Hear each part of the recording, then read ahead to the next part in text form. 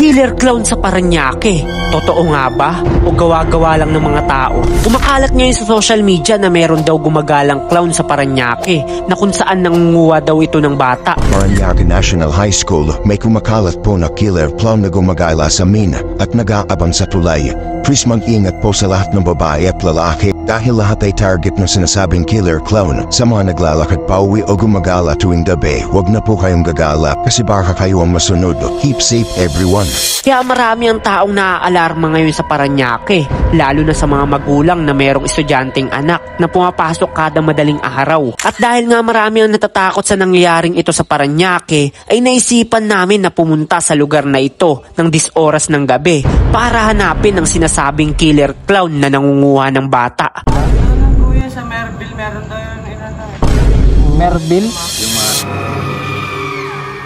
Ngayong gabi ay pupunta tayo sa Parañaque na kung saan nagkakaroon ng issue patungkol dun sa killer clown daw. Marami nagsasabi na totoo daw yun at marami din nagsasabi na fake news lang daw yun. Kaya ngayong gabi ay pupunta tayo dun para tayo na mismo ang makaalam kung totoo nga ba yun o fake news lang.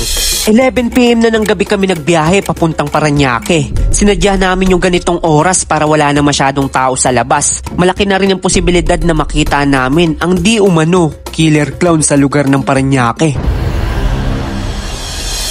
Makalipas lang ang 1 oras na biyahe ay dumating na kami sa lugar ng Parañaque. So mga kaibigan, nandito na kami ngayon sa Parañaque at time check tayo. 11:59 na, 1 minutes na lang, alas 12 na ngayon ng madaling araw. At nandito na kami ngayon sa Parañaque at tingnan natin kung ano mangyayari dito sa pagpunta natin sa Parañaque. Agad-agad na kaming pumunta sa mga sinasabing eskwelahan na kung saan nandun daw makikita yung di umano killer clown. Ang una naming school na pinuntahan ay ang San Agustin Elementary School. Isa ito sa mga sinasabing prone na lugar sa killer clown. Yan yung school. Pero ito man din yung school. Pero mga kaibigan, nandito na kami sa may San Agustin Elementary School. Creepy rin talaga siya, tol. Wala siguro dito yung killer clown, pero creepy rin tol. Nakakatakot din talaga. May specific lang siguro na lugar dito malapit sa San Agustin Elementary School yung naggagala-gala yung killer clown. Para malaman namin kung meron nga ba talagang gumagalang killer clown sa San Agustin Elementary School ay magtatanong kami sa mga taong gising pa dito. Kaya pwede matanong kaya? Totoo ba dito yung killer clown? Nangunguha daw ng mga bata dito? Wala naman kayo nababalitaan ganun. Pwede matanong ma'am, totoo ba yung killer clown dito ma'am? Yung clown daw? Hindi po. Sige po, thank you po. Ayon sa napagtanungan namin ay hindi daw nila alam ang kumakalat na issue na iyon. Kaya naghanap pa kami ng ibang matatanungan. Pero pwede kayo matanong sir, totoo ba dito yung nangunguha ng bata daw sa may San Agustin Elementary School? Yung parang clown daw, yung may makeup ng clown? yung mga...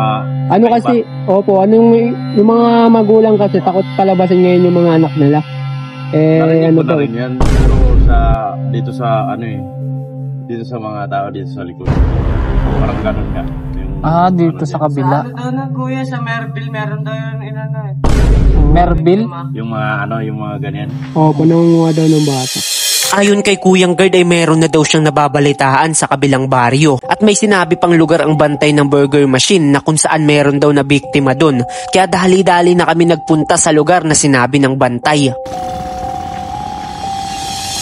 Makalipas ang ilang saglit ay dumating na kami sa lugar na sinasabi ng bantay, ang Parañaque National High School. Dito sa eskwelahan na ito ang pinakamaraming nagsasabi na dito daw pag-alagala yung killer clown tuwing gabi. So mga kaibigan, nandito naman kami ngayon sa may Parañaque National High School. Kasi sa lokasyon na ito, mukhang safe naman. By the way, ang oras natin ngayon ay 1:00 ng madaling araw. Diba? Ang lakas ng trip namin. Nahanap namin yung killer clown ng 1:00 ng madaling araw. Diba?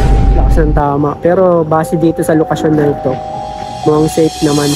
Sa tingin namin ay safe naman sa Parañaque National High School. Pero dahil curious talaga kami, ay nagtanong pa din kami sa tao dito. Totoo ba dito yung kumakalat na balita ngayon na may killer clown daw na nangunguha ng bata? Kung kayo nababalitaan dyan? Wala naman. Wala pa ako makalat sa amin yan.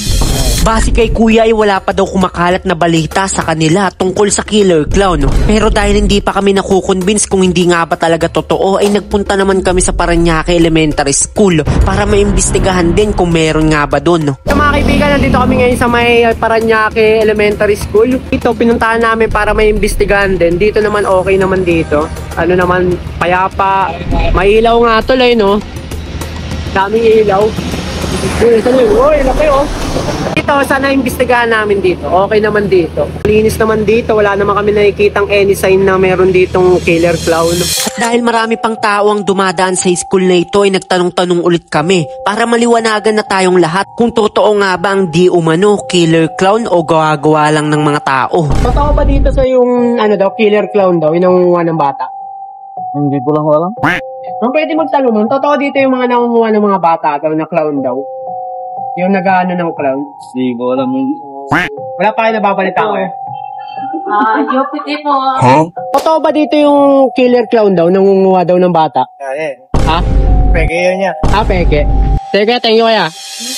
Base sa lahat na napagtanungan namin ay malinaw na walang naniniwala sa gumagalang killer clown sa lugar ng Parañaque. At napansin din namin na wala namang mga checkpoint sa gabi o mga pulis na nagbabantay. Kasi kung totoo nga talagang may gumagalang killer clown dito tuwing gabi, ay malamang maraming bantay na pulis kada sulok ng Parañaque. At dahil kami mismo ang nakasaksi ng sitwasyon dito ng 10 oras ng gabi, ay masasabi namin 99.9% fake news ang kumakalat na balita patungkol sa killer clown na nangunguha ng bata. Itong video na ito ay isang malaking patunay na hindi totoo ang kumakalat sa social media. Kaya sa mga taga Parañaque dyan ay wag na kayong matakot at mabahala dahil hindi totoo ang killer clown sa lugar ninyo. At sa mga nagpapakalat naman ng fake news ay tigil nyo na yan dahil marami ang naaapektuhan na tao sa peking impormasyon na pinapakalat nyo.